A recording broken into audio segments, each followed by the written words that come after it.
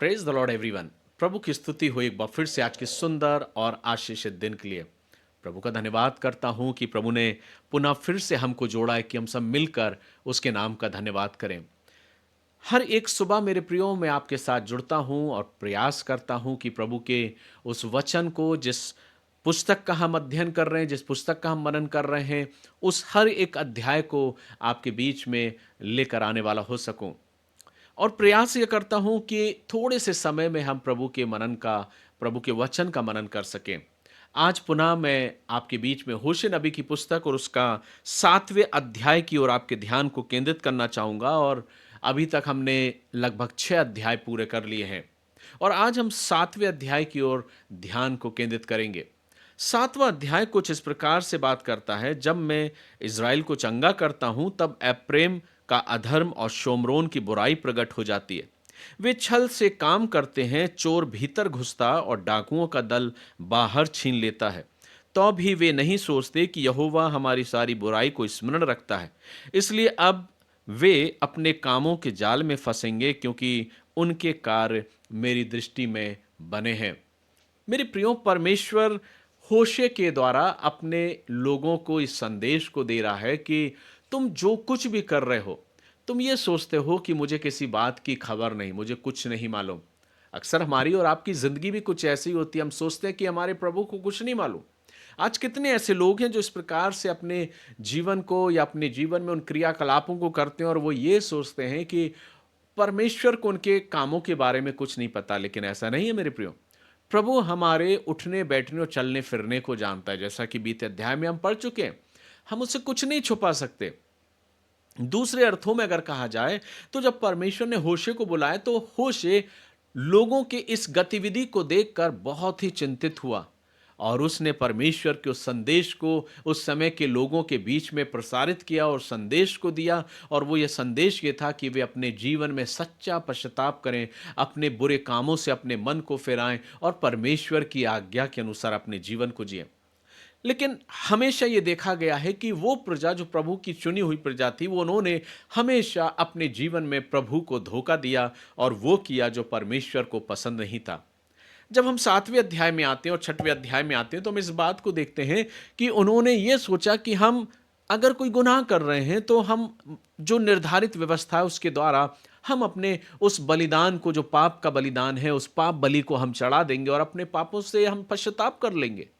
और ये सारे जो क्रियाकलाप थे, जो बलिदान थे, जो उनके कार्य थे उस समय, उनके धार्मिकता के जो कार्य थे कि इसको करने के लिए आपको इस प्रकार से अपने जीवन को जीना है, इस प्रकार के बलिदानों को चढ़ाना है, तो वो उनके जीवन में इस प्रकार से उतर गया था और कि उनके कारण उनके अंदर कोई भय नहीं था। और अगर था भी तो वो ये सोचते थे कि अगर हमसे कोई गलती हो गई तो इस गलती के लिए हम ये पश्चाताप करेंगे, हम प्रभु के पास जाएंगे, हम अपने बलिदान को देंगे। और जो उनके धार्मिक काम थे, उन धार्मिक कामों को वो प्रदर्शित, जो बाहरी रूप है उसके द्वारा प्रदर्शित करने लगे। अगर सही अर्थों में मैं आपसे बात करूं तो 7वां अध्याय मुझे इस बात की ओर इंगित करता है कि उन्होंने अपने जीवन में परमेश्वर के भय को खो दिया था और वो ये सोचते थे कि अगर वो अपने जीवन में उन धार्मिक क्रियाकलापों को कर लेंगे, उन धार्मिक कामों को पूरा करने के द्वारा वे अपने जीवन को बचा लेंगे। अगर कोई गुनाह उनसे हो गया, अगर कोई पाप उनसे हो गया, तो वो ये सोचते थे कि हम प्रभु के पास जाएंगे, अपने बलिदान को चढ़ाएंगे और अपने पापों से, अपने गुनाह से पश्चाताप करते हुए फिर से अपने जीवन की शुरुआत करेंगे। ऐसी सोच उनकी बन गई थी। लेकिन परमेश्वर का वचन मुझे और आपको क्या बताता है? जैसा कि हमने पढ़ा कि प्रभु कहता है, परमेश्वर का वचन मुझे और आपको इस बात को बताता है कि वो बलिदान से नहीं पर प्रेम से प्रसन्न होता है। प्रभु जो है वो मुझसे और आपसे बलिदान नहीं चाहता। और इसलिए जब हम इस वचन को पढ़ते हैं तो प्रभु का वचन हमें इस बात को सिखाना चाहता है और इस बात को बताता है कि जब लोगों ने अपने जीवन के द्वारा हर एक को उन कामों के लिए अपने अपने बलिदानों को जब वो चढ़ाने लगे तो वो सोचने लगे कि मात्र बलिदान देने के द्वारा हम अपने गुनाहों से क्षमा पा लेंगे, हम अपने धार्मिक कामों को करके अपने जीवन में अपने जिंदगी को संवार लेंगे या सुधार लेंगे। ये एक सोच उनके जीवन में बन गई थी और इसलिए वो हर एक चीज के लिए बलिदान करने लगे। प्रभु के सम्मुख वो धार्मिक कामों को करने लगे कि सिर्फ मात्र धार्मिक क्रियाकलापों को करने के द्वारा उनका जीवन शायद संवर जाएगा, लेकिन ऐसा नहीं था। क्योंकि प्रभु उसी 6वें अध्याय में कहता है, क्योंकि मैं बलिदान से नहीं पर स्थिर प्रेम ही से प्रसन्न होता हूं। कई बार हम सोचते हैं कि हम अपने बलिदानों के द्वारा, अपने जो धार्मिक क्रियाकलाप है उनको करने के द्वारा हम अपने जीवन में परमेश्वर को प्रसन्न कर लेंगे। अक्सर हमारे और आपके जीवन में कुछ ऐसा ही होता है। हम ये सोचते हैं, हमारी ये सोच बन गई है, हमारे जीवन में एक विचारधारा बन गई है कि हम अपने उन क्रियाकलापों को, हम अपने उन धार्मिक कामों को करने के द्वारा हम अपने जीवन में प्रभु के सम्मुख एक अच्छे प्रशंसक बन के निरंतर बने रह सकते हैं। फिर चाहे भले हम कुछ भी क्यों ना करते रहे, हमें अपने धार्मिक कामों को पूरा करना है। इसलिए तो जब नए नियम में हम जाते हैं तो प्रभु का वचन हमें इस बात को सिखाता है कि तुम्हारे जो काम है वो इस प्रकार के हैं कि तुम बाहरी रूप से तो बाहर तरफ से तो बर्तन को मांजते हो, पर अंदर से तुम उसे सफाई करना नहीं चाहते। तुम्हारा जीवन जो है वो उन कब्रों के समान है जो ऊपर से तो बहुत लिपी और पुती हुई है, लेकिन अंदर उसके सड़ाहट भरी हुई है। ये बात को होशे अपने लोगों को, समय के लोगों को, जो परमेश्वर के लोग थे, उनको वो बताने का प्रयास करता और वो कहता है कि तुम परमेश्वर को धोखा नहीं दे सकते। जैसा कि वचन आगे कहता कि वे होठों से तो मेरी स्तुति करते हैं पर उनका मन मुझसे दूर है। परमेश्वर समय समय पर अपने लोगों को चिताता रहा, समझाता रहा, बताता रहा, लेकिन कई बार उन्होंने परमेश्वर की उन बातों की अवहेलना करी। होशे उसी बात को बताने का प्रयास कर रहा है। वो कह रहा है तुम ये मत सोचो कि तुम्हारे बलिदान चढ़ाने के द्वारा, जब तुम बलिदान चढ़ाने गए तो किस मकसद के साथ गए हो, किस उद्देश्य के साथ तुम गए हो। तुम्हारा बलिदान सिर्फ दिखावटी बलिदान ना हो। और चूंकि वे अपने जीवन को एक दिखावटी जीवन, उनके अंदर से जो उनका जीवन था एक दिखावटी जीवन हो गया था। वे बाहरी रूप से तो अपने आप को बहुत धर्मी बता रहे थे, लेकिन उनके अंदर वे सारी कुरीतियां थीं, वे सारे गलत काम थे जो परमेश्वर पसंद नहीं करता था। और तब प्रभु ने कहा कि तुम मेरे पास आते हो कि आओ हम चलें, प्रभु से प्रार्थना करें, आओ हम यहोवा की ओर फिरें, क्योंकि उसी ने फाड़ा और वही हमें चंगा करेगा। तुम इस बात को कहकर मुझे परखना चाहते, तुम क्या ये सोचते हो कि मुझे कुछ पता नहीं। लेकिन प्रभु इस बात को बोलता है कि वे मेरे सामने सिर्फ एक दिखावटी पश्चाताप कर रहे, दिखावटी जीवन को जी रहे। 7वां अध्याय हमें कुछ इसी बातों को बताता और फिर 7वें अध्याय में प्रभु फिर सोने का अवसर देता और वो कहता है कि होशे तू इनको चिता, इनको बता, क्योंकि देख ये जो सोच रहे ऐसा नहीं है, क्योंकि मैं इनके कामों को जानता हूं, मैं इनके जीवन को जानता हूं। और सबसे बड़ी बात वो कहता है क्योंकि उनके कार्य मेरी दृष्टि में बने रहते हैं।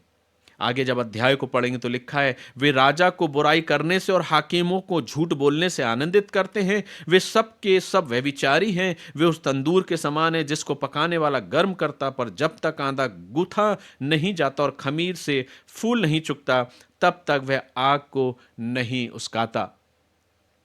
परमेश्वर अपने वचन के द्वारा अपने लोगों को इस बात को सिखाना चाह रहा मेरे प्रियो कि वे अपने जीवन में इस बात को जाने कि हम प्रभु को धोखा नहीं दे सकते। हम अपने बाहरी धार्मिक क्रियाकलापों के द्वारा, धार्मिक कामों के द्वारा हम प्रभु को धोखा नहीं दे सकते। अक्सर हम अपने जीवन में इस बात को देखते हैं, कई बार लोग अपने जीवन को इसी प्रकार से जीते हैं और वो सोचते हैं कि हमारे जो धार्मिकता के काम है, हमारे जो ऐसे काम जो प्रभु ने हमको दर्शाए, उन कामों को अगर हम कर लेंगे, उन बलिदानों को अगर हम चढ़ा देंगे, अगर हम दूसरों के सम्मुख खड़े होकर इस प्रकार से अपने जीवन को व्यतीत करेंगे कि लोग सोचे कि ये बहुत धर्मी व्यक्ति है, ये बहुत प्रार्थना में जीवन वाला व्यक्ति है।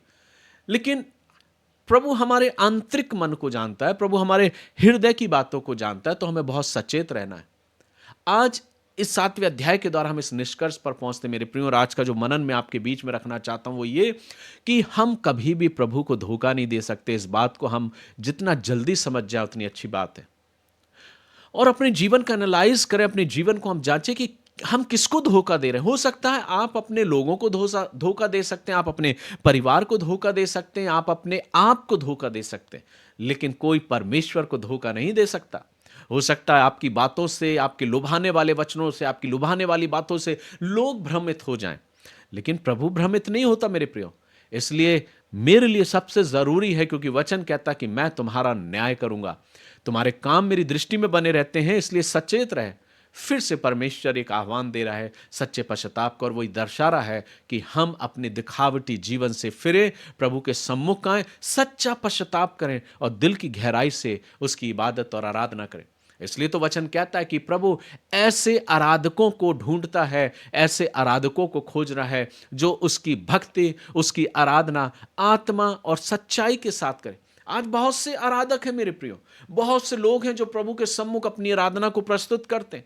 अगर एक तरफ जीवन को देखा जाए और दूसरी तरफ उस आराधना को देखा जाए, तो हम इस बात को देखते हैं कि हम किसको धोखा दे रहे हैं, हम किससे झूठ बोलना चाह रहे हैं।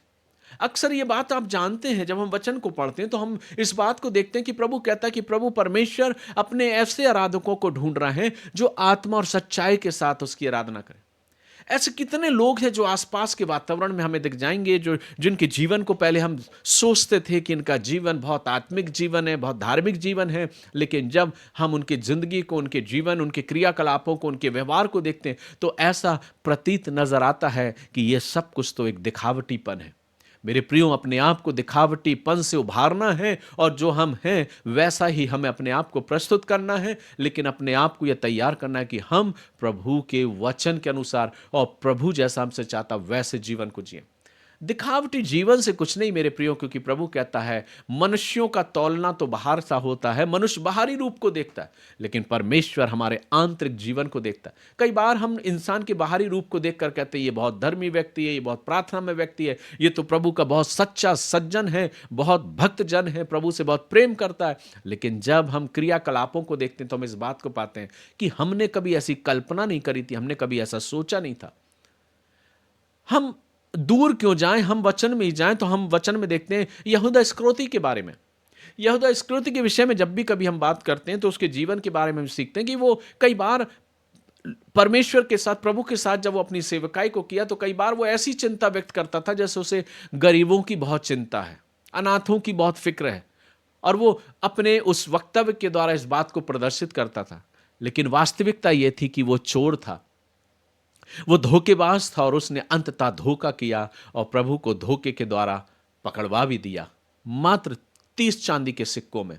कई बार हम और आप भी अपने जीवन को प्रकट तो इस प्रकार से करते हैं कि हम बहुत धर्मी हैं, हमारा जीवन बहुत धार्मिकता भरा जीवन है, लेकिन कुछ चंद बातों में, कुछ लाभ के लिए कई बार हम अपने विश्वास से मुकर जाते हैं, अपने जीवन को उस ओर फेर देते हैं जो प्रभु की दृष्टि में ठीक नहीं। इसलिए अंततः प्रभु ये कहता है कि स्मरण रखें, मुझे उनके कार्यों के बारे में सब कुछ पता है। आइए हम अपने मनों को तैयार करें, प्रभु से कहें, प्रभु मैं प्रार्थना करता हूँ, मैं अपने आप को तेरे करीब लाता हूँ, मैं दिखावटी जीवन को नहीं प्रभु, लेकिन मैं सच्चे मन से पश्चाताप करता हूँ, तेरे समीप आता हूँ और प्रार्थना करता हूँ, मुझे सामर्थ्य दे, मुझे बल दे प्रभु कि मैं तेरी मर्जी के मुताबिक अपने जीवन को जी पाऊँ। आइए हम अपने जीवनों को तैयार करें, प्रभु हमारी हिफाजत करे, प्रभु हमारे जीवनों को तैयार करे। ये ना सोचें कि लोग आपके बारे में क्या सोच रहे हैं। कई बार मैं इस बात को बोलता हूँ, बेशक लोग आपके बारे में बहुत कुछ सोचेंगे कि ये अच्छा है, ये बुरा है, हम उसके बारे में फिक्र ना करें, लेकिन हम उसकी फिक्र करें कि प्रभु मेरे बारे में क्या सोचता है। मुझे कोई फर्क नहीं पड़ता, कई बार मैं इस बात को बोलता हूं, मुझे कोई फर्क नहीं पड़ता कि लोग मेरे बारे में क्या सोचते हैं, लेकिन प्रभु मेरे बारे में क्या सोचता है, ये सबसे ज्यादा इंपॉर्टेंट है। इसलिए क्योंकि हमें अपने जीवन को प्रभु के सम्मुख रखना है, दुनिया और लोगों के सामने नहीं। प्रभु से कहें, प्रभु मैं तेरे करीब आता हूं, अपने जीवन को रखता हूं और वो जीवन जीता हूं प्रभु जो आप चाहते हैं। इस जीवन को जीने में आप मेरी मदद करें, और तब वो परमेश्वर मेरी और आपकी हिफाजत करेगा। आइए हम प्रार्थना करें कि प्रभु हमारी हिफाजत करे और अगुवाई करे कि हम प्रभु के अनुग्रह में यूं ही आगे बढ़ते जाएं। प्यारे प्रभु, हम तेरे करीब आते हैं, धन्यवाद देते हैं आज की सुबह इस वचन के लिए। हर एक सुनने वालों पर आशीष हो प्रभु। हम प्रार्थना करते हैं कि हमारा जीवन एक दिखावटी जीवन नहीं प्रभु, पर एक वास्तविक जीवन हो जो आपको स्वीकार्य हो। हमारे अंदर की कमियों को, खामियों को दूर करें और हमें ऐसा बनाए कि हम आपको ग्रहण योग्य हों। प्रार्थना प्रभु यीशु मसीह के नाम से मांगते हैं, आमीन। गॉड ब्लेस यू मेरे प्रियो। परमेश्वर आप सबों को आशीष दे और आशा करता हूं कि आप सब आज के इस वचन के द्वारा, मनन के द्वारा जरूर आशीष को पाए होंगे। प्रभु आप सभी को आशीष दे। कल हम फिर मुलाकात करेंगे अगले अध्याय के लिए। तब तक प्रभु आप सबों को संभाले। God bless you. जय मसीह की।